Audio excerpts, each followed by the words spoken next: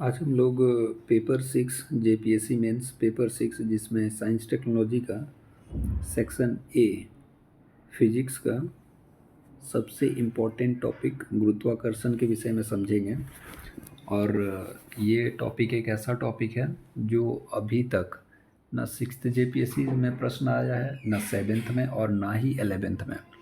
तो पूरा संभावना है कि 14th जेपीएससी में लगभग प्रश्न इससे आना ही आना है।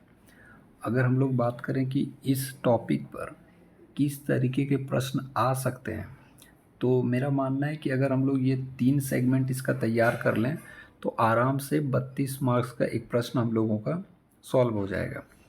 देखिए, गुरुत्वाकर्षण बिल्कुल सरल टॉपिक है। अगर वैसे डेप्थ में देखा जाए तो एक बहुत बड़ा टॉपिक है, लेकिन जेपीएससी के डिमांड के अनुसार और जेपीएससी में जो प्रश्न पूछा जाता है उसके अनुसार अगर हम लोग देखते हैं इस टॉपिक को, तो ये 3 सेगमेंट मेरे अनुसार कर लिए जाने के बाद कहीं से भी प्रश्न छूटना नहीं चाहिए, नहीं छूटेगा। देखिए, 3 प्रश्न क्या क्या हो सकता है मेरे अनुसार। एक तो गुरुत्वाकर्षण क्या है और उसका विशेषता, गुरुत्वाकर्षण से क्या समझते हैं और उसके विशेषताओं पर प्रकाश डालें। दूसरा प्रश्न हो सकता है गुरुत्वाकर्षण से आप क्या समझते हैं और उसका एक्सेलरेशन ड्यू टू ग्रेविटी मतलब कि गुरुत्वीय त्वरण के साथ संबंध क्या है, और दोनों के बीच में तुलनात्मक अध्ययन करें। मतलब कि गुरुत्वाकर्षण और गुरुत्वीय त्वरण के बीच संबंध और तुलना हम लोग देखना है, वो एक प्रश्न बन सकता है। या फिर गुरुत्वाकर्षण का प्रभाव, प्रभाव कहने का मतलब है हम लोग ये 4 जगहों पर देखेंगे कि गुरुत्वाकर्षण का प्रभाव क्या होता है, किस जगह पर ये प्रभाव इसका अधिकतम होता है, किस जगह पर निम्नतम होता है। ये जो है न्यूमेरिकली हम लोगों को सॉल्व करके दिखाना होगा।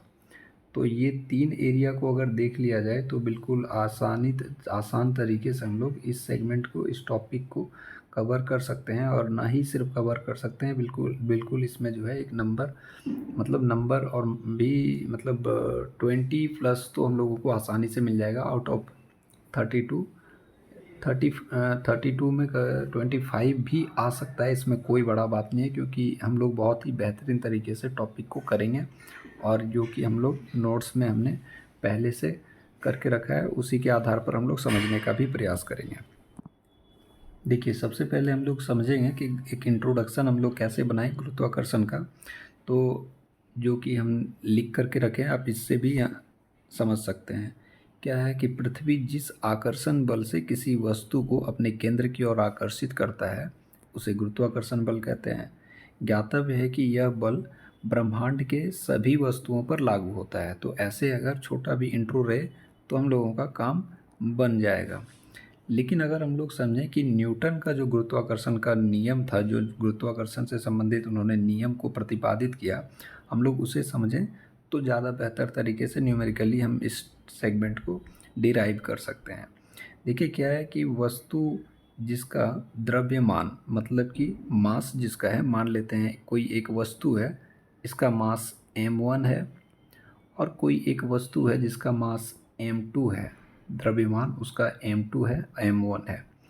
अगर और दोनों के बीच का जो डिस्टेंस है, ये दोनों के बीच का डिस्टेंस है, अगर देखें तो मान लेते हैं कि इसके बीच का डिस्टेंस r है। तो न्यूटन के अनुसार कहा गया कि देखो, अगर दो सबस्टांस के बीच में डिस्टेंस r है और दोनों का मास अगर m1 और m2 है, तो मास जो होगा फोर्स के डायरेक्टली प्रोपोर्शनल होगा m1 इंटू m2। मतलब कि दोनों सब्सटेंस का मास का जो प्रोडक्ट होगा वो फोर्स के डायरेक्टली प्रोपोर्शनल होगा। ठीक है, इसको हम लोग इक्वेशन 1 मान लें। इसी तरीके से उन्होंने एक और बात कहा, और इसके अंतर्गत ये कहा कि देखो, ये अगर फोर्स का देखें तो ये क्या होगा, फोर्स जो होगा इन्वर्सली प्रोपोर्शनल होगा स्क्वायर रूट ऑफ डिस्टेंस। मतलब कि ये इन्वर्सली प्रोपोर्शनल होगा, कौन सा, ये डिस्टेंस जो आर है ना, वो फोर्स दोनों के बीच में जो फोर्स लग रहा है ना, इस फोर्स के क्या होगा, इन्वर्सली प्रोपोर्शनल होगा। ये हो गया हम लोगों का इक्वेशन 2। अगर हम लोग इक्वेशन 1 और इक्वेशन 2 को देखते हैं तो हम लोग ये निष्कर्ष निकाल सकते हैं कि F इक्वल टू मतलब कि फोर्स जो है, फोर्स इक्वल्स टू क्या हो सकता है, m1 into m2 divided by R square. बिल्कुल हो सकता है, देखिए ये m1 m2 और ये 1/r²। तो इक्वल्स टू अगर हम लोग डाल रहे हैं तो यहाँ पर हम लोगों को एक कांस्टेंट डालना होगा जो है g। ठीक है, तो इतना तो हम लोग पढ़े हैं, ये 9, 10, 8, 9 का ये शायद ये टॉपिक है, एनसीईआरटी में बेहतर दिया हुआ भी था, हम लोग पढ़े भी हैं उस टाइम में। तो ये हम लोगों का क्या हो गया, ये हम लोगों का हो सकता है फोर्स। ये ग्रेविटेशनल फोर्स का फॉर्मूला हो सकता है कि F equal to constant m1 m2 by R square. तो F equal to G into m1 m2 by R square. इस चीज़ को हम लोग यहाँ पर भी समझे हैं, हम यहाँ पर भी लिखे हुए हैं, तो आप देख सकते हैं कि F is directly proportional to product of m1 into m2। यहाँ m1 क्या है, तो किसी एक सब्सटेंस का मास है, जबकि m2 क्या है, तो किसी दूसरे सब्सटेंस का मास है। वहीं पर आर स्क्वायर के विषय में अगर देखें तो F is inversely proportional to R square. ये दो सब्सटेंस के बीच में डिस्टेंस को दिखाता है। तो इन्हीं चीज़ों को हम लोग ये नोट्स पे भी दर्शाएं, तो कोई दिक्कत नहीं होना चाहिए, समझ में आ गया होगा। ग्रेविटेशनल कांस्टेंट मतलब कि गुरुत्वाकर्षण स्थिरांक, इसका वैल्यू है 6.67 इंटू 10⁻⁻11 Nm² बाई kg²। तो ये एक कांस्टेंट है, इसको हम लोग याद रख सकते हैं, रख भी सकते हैं, नहीं भी रखे, कोई ये नहीं है कि ग्रेविटेशनल कांस्टेंट का वैल्यू याद रखना ज़रूरी नहीं है थ्योरेटिकल एनालिसिस में। लेकिन हाँ, इसके बाद हम लोगों को ये ज़रूर जानना है कि गुरुत्वाकर्षण बल का विशेषता, ये कहीं ना कहीं क्वेश्चन में दिया जा सकता है। तो कुछ नहीं है, बिल्कुल सरल है। पहला नंबर हम लोग विशेषता को समझ सकते हैं कि गुरुत्वीय बल हमेशा पृथ्वी के केंद्र की ओर अर्थात सदैव नीचे की ओर लगता है। सरल सा बात है, मतलब गुरुत्वाकर्षण बल हमेशा नीचे की ओर लगता है। तो वहीं दूसरा अगर देखें तो गुरुत्व बल द्वारा मुक्त रूप से गिरी हुई वस्तु पर त्वरण उत्पन्न किया जाता है, जो सदैव अचर होता है अर्थात बदला नहीं जाता। तो हम लोग ये बात जान रहे हैं कि कभी किसी सब्सटेंस को अगर ऊपर से नीचे गिराया जाए तो ये सब्सटेंस में एक त्वरण उत्पन्न होगा, मतलब कि एक्सेलरेशन ड्यू टू ग्रेविटी, जिसको हम लोग स्मॉल g से पुट करते हैं, समझते हैं। इसका वैल्यू 9.8 होता है मीटर पर सेकेंड स्क्वायर। तो ये वाला चीज़ हम लोग समझ रहे हैं, 9.8 जो मीटर पर सेकेंड स्क्वायर है, ये एक्सेलरेशन है। और इस एक्सेलरेशन के कारण ही हम लोग यहाँ पर बोल रहे हैं कि गुरुत्वीय बल द्वारा जो है कभी किसी वस्तु को अगर मुक्त रूप से फेंका जाता है या गिराया जाता है तो उसमें त्वरण उत्पन्न होता है। तो इसका वैल्यू 9.8 मीटर पर सेकेंड स्क्वायर। तो ये भी हम लोगों का दूसरा नंबर इसका क्या होगा कि विशेषता होगा। तीसरा नंबर अगर विशेषता को देखें तो देखिए, गुरुत्वाकर्षण बल के विरुद्ध ऊपर की ओर जाने पर वस्तु में संचित जो ऊर्जा होता है, जिसके कारण से क्या होता है कि वस्तु में गुरुत्वाकर्षण बल के कारण से स्थितिज ऊर्जा जन्म लेता है। मतलब कि अगर किसी सब्सटेंस को मान लीजिए ये अर्थ है, इसके ऊपर अगर फेंका जाए, मतलब कि गुरुत्वाकर्षण बल के विरुद्ध में फेंका जाए, तो ऐसे में क्या होगा कि पोटेंशियल एनर्जी, स्थितिज ऊर्जा इस सब्सटेंस में जो होगा क्रिएट होगा। तो ये भी एक इसका विशेषता होगा कि किसी वस्तु को गुरुत्वाकर्षण बल के विरुद्ध अगर फेंका जाता है तो उसमें स्थितिज ऊर्जा जन्म लेता है। ये भी सही है। देखिए नेक्स्ट अगर देखा जाए तो देखिए, गुरुत्वाकर्षण बल धरातल पर गुरुत्वाकर्षण बल का मान अचर रहता है, लेकिन ऊंचाई पर जाने पर और गहराई में जाने पर इसका मान घटता है। तो ये कैसे घटता है, क्या होता है, हम लोग आगे समझेंगे। लेकिन हाँ, ये बात ज़रूर है कि किसी सब्सटेंस को अगर हम लोग देखें, अगर अर्थ पर उसको देखते हैं तो अर्थ में उसका वैल्यू जो है कांस्टेंट रहता है। किसका कांस्टेंट, ये गुरुत्वाकर्षण बल का वैल्यू। लेकिन अगर उस सब्सटेंस को आप ऊपर उठा करके r डिस्टेंस ऊंचाई पर ले जाएं तो इस जगह पर उसका वैल्यू थोड़ा कम होगा, जबकि नीचे की ओर लेकर के जाएं तो यहाँ पर भी इसका वैल्यू कम होगा। तो ये भी क्या है, इसका विशेषता है। तो वहीं अगर पृथ्वी का घूर्णन के कारण गुरुत्वीय बल का मान जो है बदलता है। और साथ ही साथ ये भी बात जानना ज़रूरी है कि अगर अर्थ जो है रोटेशन अभी जिस तरीके से कर रहा है, अगर रोटेशन अर्थ का बढ़ा दिया जाए तो गुरुत्वाकर्षण का वैल्यू भी निश्चित रूप से वो कम होगा। ये भी इसका विशेषता है। तो ये 4-5 विशेषताओं को पुट करके हम लोग अपने आंसर को बेहतर कर सकते हैं। देखिए, जेपीएससी का अगर सिविल सर्विस मेंस का पेपर देखें तो इस टॉपिक से प्रश्न अब तक आया नहीं है। और अगर मेरे अनुसार माना जाए तो इस बार प्रश्न बनना निश्चित है, संभावना मतलब है कि बन सकता है। और अगर इस पर प्रश्न बनेगा तो देखिए, गुरुत्वाकर्षण बल, ठीक है, मतलब कि गुरुत्वाकर्षण बल, और उसको जो है कंपेयर करने के लिए दिया जाएगा किसके साथ में, तो कंपेयर करने के लिए दिया जाएगा गुरुत्वीय त्वरण के साथ में। गुरुत्वीय त्वरण, तो गुरुत्वीय त्वरण क्या होता है, तो गुरुत्वीय त्वरण के विषय में अभी अभी हम लोग समझे थे कि जब किसी सब्सटेंस को नीचे की ओर फेंका जाता है, नीचे की ओर गिरता है अपने बल से, तो उसके कारण से जो है एक त्वरण उत्पन्न होता है। और ये एक्सेलरेशन है। और ये एक्सेलरेशन क्या है, तो एक्सेलरेशन ड्यू टू ग्रेविटी है। ग्रेविटी के कारण से एक्सेलरेशन यहाँ पे जन्म ले रहा है। तो ये एक्सेलरेशन का वैल्यू अभी तक यूनिवर्सल निकाला गया है 9.8 मीटर पर सेकेंड स्क्वायर। तो ये देखिए, ये क्या है कि इसके विषय में ये दोनों के बीच में संबंध को पूछा जा सकता है, इसके बीच में और इसके बीच में। जिसको क्या करना होगा, सबसे पहले आप गुरुत्वीय त्वरण को समझेंगे, और गुरुत्वीय त्वरण को न्यूमेरिकली सॉल्व करके हम लोग आसानी से समझ लेंगे, कोई बहुत बड़ा इसमें बात नहीं है। देखिए, अगर हम लोग गुरुत्वीय त्वरण के विषय में बात करते हैं तो देखिए क्या है कि इसका सबसे पहले एक परिभाषा हम लोग समझें कि ये परिभाषा इसका क्या है। तो देखिए, पृथ्वी द्वारा वस्तु पर गुरुत्वीय बल लगाए जाने के कारण उत्पन्न होने वाले त्वरण को गुरुत्वीय त्वरण कहा जाता है। लेकिन यहाँ पर अगर हम लोग न्यूटन, इसको अगर हम लोग सॉल्व करें, गुरुत्वीय त्वरण के न्यूमेरिकल को सॉल्व करें, तो इसके लिए हम लोगों को क्या करना होगा कि न्यूटन का सेकेंड लॉ ऑफ मोशन को लेना होगा। न्यूटन का सेकेंड लॉ ऑफ मोशन क्या बोलता है, F equal to mass into acceleration. ये Newton second law of motion है, समझ रहे हैं हम लोग, ये जान ही रहे हैं। तो देखिए, इसमें क्या करना है कि अब इसको हम लोग डिराइव करेंगे। F equal to mass into, ये एक्सेलरेशन जो है ये क्या है, तो ये एक्सेलरेशन ड्यू टू ग्रेविटी है, मतलब हम लोग इसको स्मॉल जी से पुटअप करेंगे।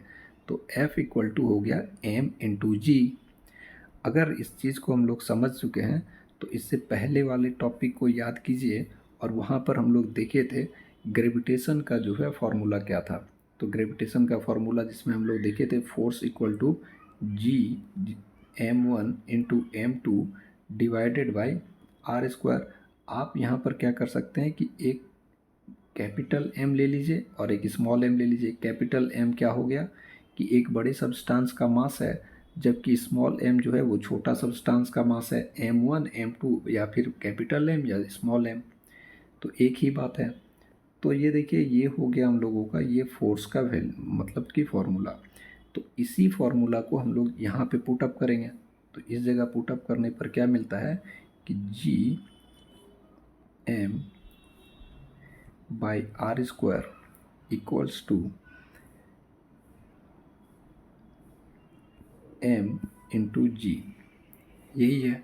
लेकिन एक बात ध्यान रखना है कि हम लोगों को यहाँ पर जी का वैल्यू निकालना है, जी का वैल्यू निकालना है।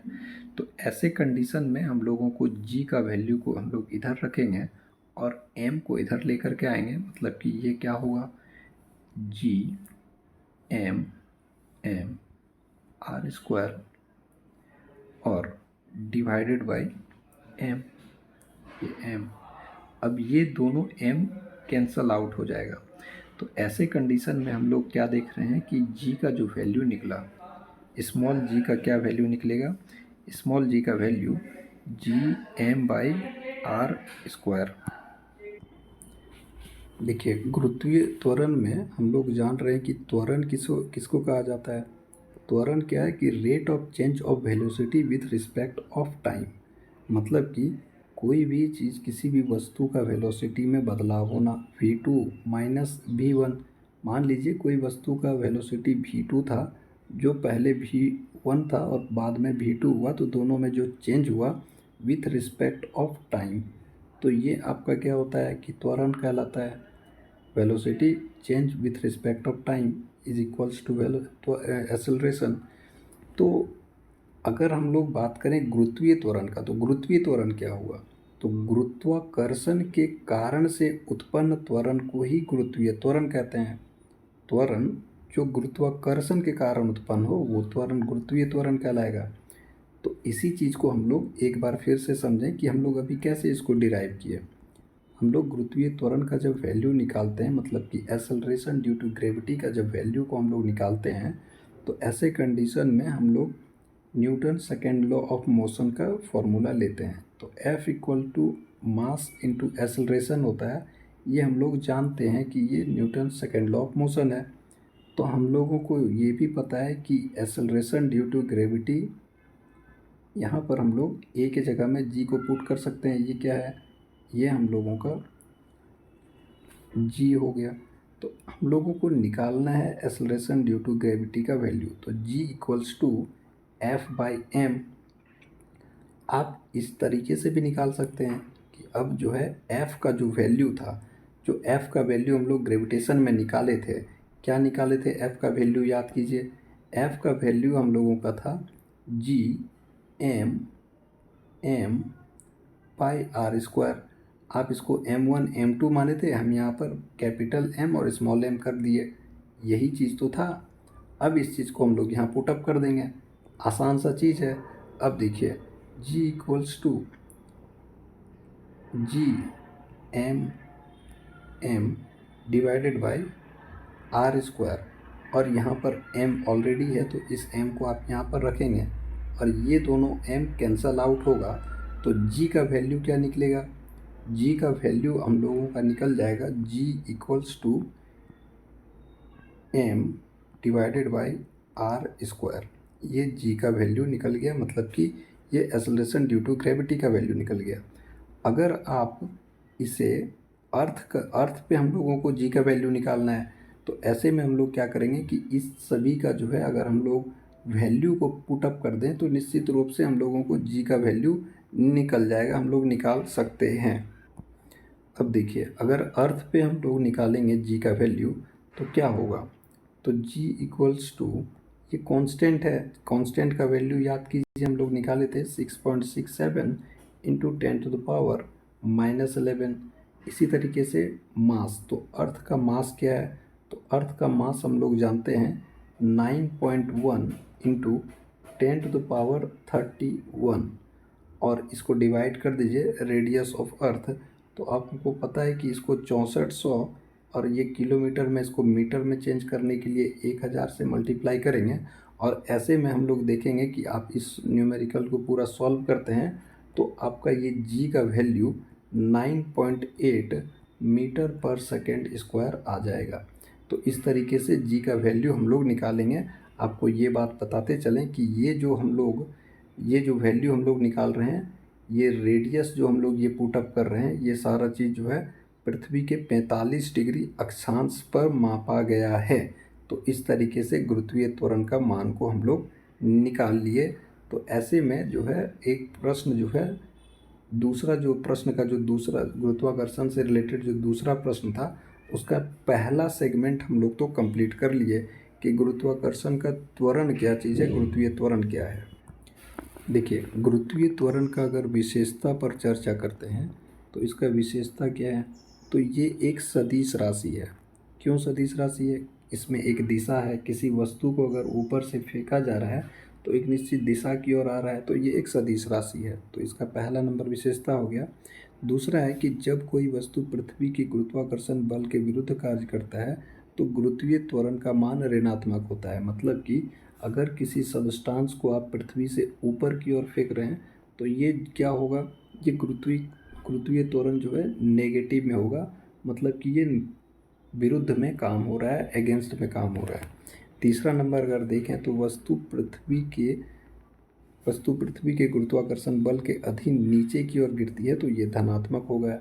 मतलब कि कोई वस्तु को अगर नीचे की ओर फेंका जाए तो ये नीचे आएगा, तो इसका वैल्यू क्या होगा, जी होगा, प्लस में पॉजिटिव में होगा, ऊपर जाने से नेगेटिव में होगा। जी का मान अंतरिक्ष में क्या होता है कि शून्य हो जाता है, हम लोग इसको चर्चा करेंगे कि कैसे होता है। और उसी तरीके से जी का मान ऊंचाई पर जाते समय, अगर जैसे ऊंचाई पर जाएंगे तो जी का मान वैसे वैसे घटता जाएगा। तो ये कैसे घटेगा उस पर हम लोग एक एक करके चर्चा करेंगे। तो ये गुरुत्वीय त्वरण का विशेषता पर हम लोग समझ सके कि क्या चीज़ होता है गुरुत्वीय त्वरण और कैसे उसका वैल्यू निकाला जाता है और उसका विशेषता क्या होता है। देखिए, गुरुत्वीय त्वरण से रिलेटेड मतलब कि एक्सेलरेशन ड्यू टू ग्रेविटी से रिलेटेड एक और प्रश्न पूछा जाता है कि विभिन्न स्थानों पर इसका मान क्या होगा। जी का वैल्यू मतलब कि पृथ्वी का किसी भी भाग में अगर आप पृथ्वी के अंदर की ओर जाते हैं तो यहाँ पर जी का वैल्यू क्या होगा। अगर आप पृथ्वी में विषुवत रेखा पर रहते हैं तो इस जगह पर जी का मान क्या होगा। अगर आप पृथ्वी में ध्रुव की ओर जाते हैं, पोलर रीजन की ओर जाते हैं तो वहाँ पर जी का वैल्यू क्या होगा। तो और या फिर पृथ्वी से आप ऊपर की ओर आते हैं तो ऐसे कंडीशन में जी का मान क्या होगा। तो ये 4 तरीके का डेरिवेशन एग्ज़ाम में पूछा जाएगा, मतलब कि जेपीएससी मेंस में बिल्कुल देगा और इसको डिराइव करके बल्कि समझाना भी होगा। तो इस पॉइंट को हम लोग नेक्स्ट क्लास में समझेंगे। अभी तक कैसा क्लास रहा, कैसा लगा, निश्चित कमेंट करके बताइए ज़रूर। और कोई भी ऐसा टॉपिक को जो समझ में ना आए, जो भी कोई भी जीएस पेपर से रिलेटेड हो, कमेंट बॉक्स में आप लिख सकते हैं। हम उस टॉपिक से रिलेटेड वीडियो निश्चित रूप से बना देंगे। Thank you.